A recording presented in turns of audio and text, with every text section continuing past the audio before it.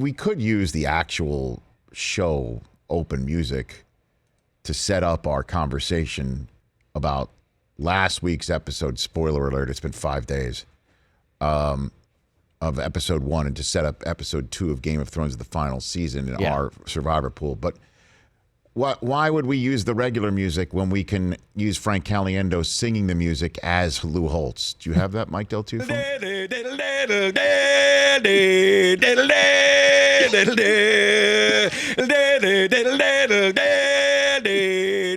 you very much. Very good. By the way, visually supported very well. Gosh, that's so funny.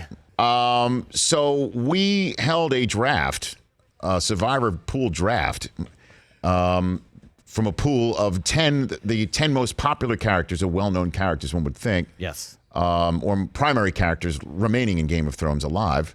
And I chose second. Brockman, you chose first up Jon Snow, right? That was your first overall First draft overall choice. pick, the Kyler Murray of Game of Thrones. That left Bran Stark on the board for me, so I chose Bran. And then I went round 2, Tyrion Lannister, and then Arya Stark was my last draft choice.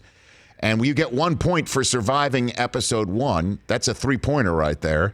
You went Jon Snow, Sam Tarly, which is, a lot of people think that he's going to wind up finishing the entire show, writing everything down like he's the George R.R. Martin. So he's going to survive the whole thing. That could be a big, huge second round selection. You chose Sansa Stark to round things off. Love my picks. Del Tufo. The Patriots. You had the Night King. Tom Brady of them. And both queens, the Khaleesi and Cersei. You have the picks that everyone hates. The Patriots. And again, spoiler alert, each of us got 1 point. All right. Because they survived. It was a very exposition-filled first episode. Night King wasn't even in it. I know. That's why he's going all the way. It was a full. I mean, it was all about. And by the way, in case you're wondering, who's the 10th that we had in the draft that none of us touched? The Kingslayer. We think Jaime Lannister is going to eat it. All of us. I mean, we left him on the draft board. He had to be. He's an undrafted free agent. Undrafted free agent. Russ Welker. He might not even survive episode 2. Because he shows up, like, what's he thinking showing up in Winterfell? It's like everything that's, like it's water under the bridge? Everything's water under the bridge. Like, what's he thinking? Everybody there hates him. Now, is it true you think that he did not know Bran was still alive? I think that he didn't think he was still alive. I thought that there was, in previous episodes, it had been, or seasons, it had been mentioned that he survived. But I'm not sure but they didn't think he survived what happened. Right, because Theon, remember when he ransacked Winterfell, he hung and torched 2 little kids who everyone thought was Bran and Rickon Stark, but it was actually 2 farm boys.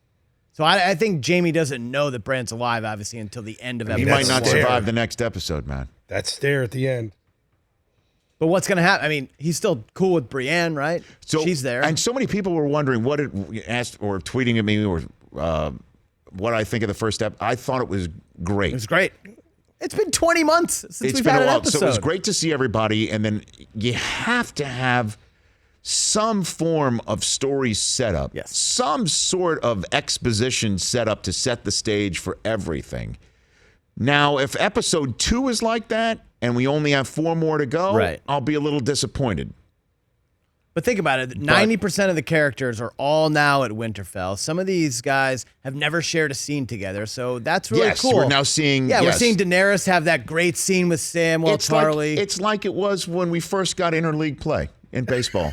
Yeah, it was cool, and it was a novelty at first. Right. Now I don't need it anymore. We hadn't seen these 2 leagues match up. Interleague play. It is. It's what it's like. Right. This is like interleague play. That's what it was like to me. You're seeing interleague play. And so the people of the North We haven't seen these 2 face off. What did you I'm make? saying, the novelty of interleague play, as you know, wears off. That's where we got to get some action here. Are you cool with the never-ending story interlude that took place? With the dragons? The dragons. Yes, because it led to him looking over the shoulder in the kiss, seeing this dragon stare at him like, you better take care of Khaleesi here. See, a lot of people had a problem with that. I thought it was cool because you kind of have to set up how in love they are. It was 45 seconds long. So what? And plus, it's really cool to watch the dragons fly. Yeah, but you got to set up their love because guess what? Once Jon says, "Hey, I'm the king. I'm the captain now." There's going to be. He's the guy now. Ready to roll. Easter Sunday night. Let's dance. It is going to be great. For more of The Rich Eisen Show, tune to Audience Channel 239 on DirecTV for free on BR Live or download the Rich Eisen Show app.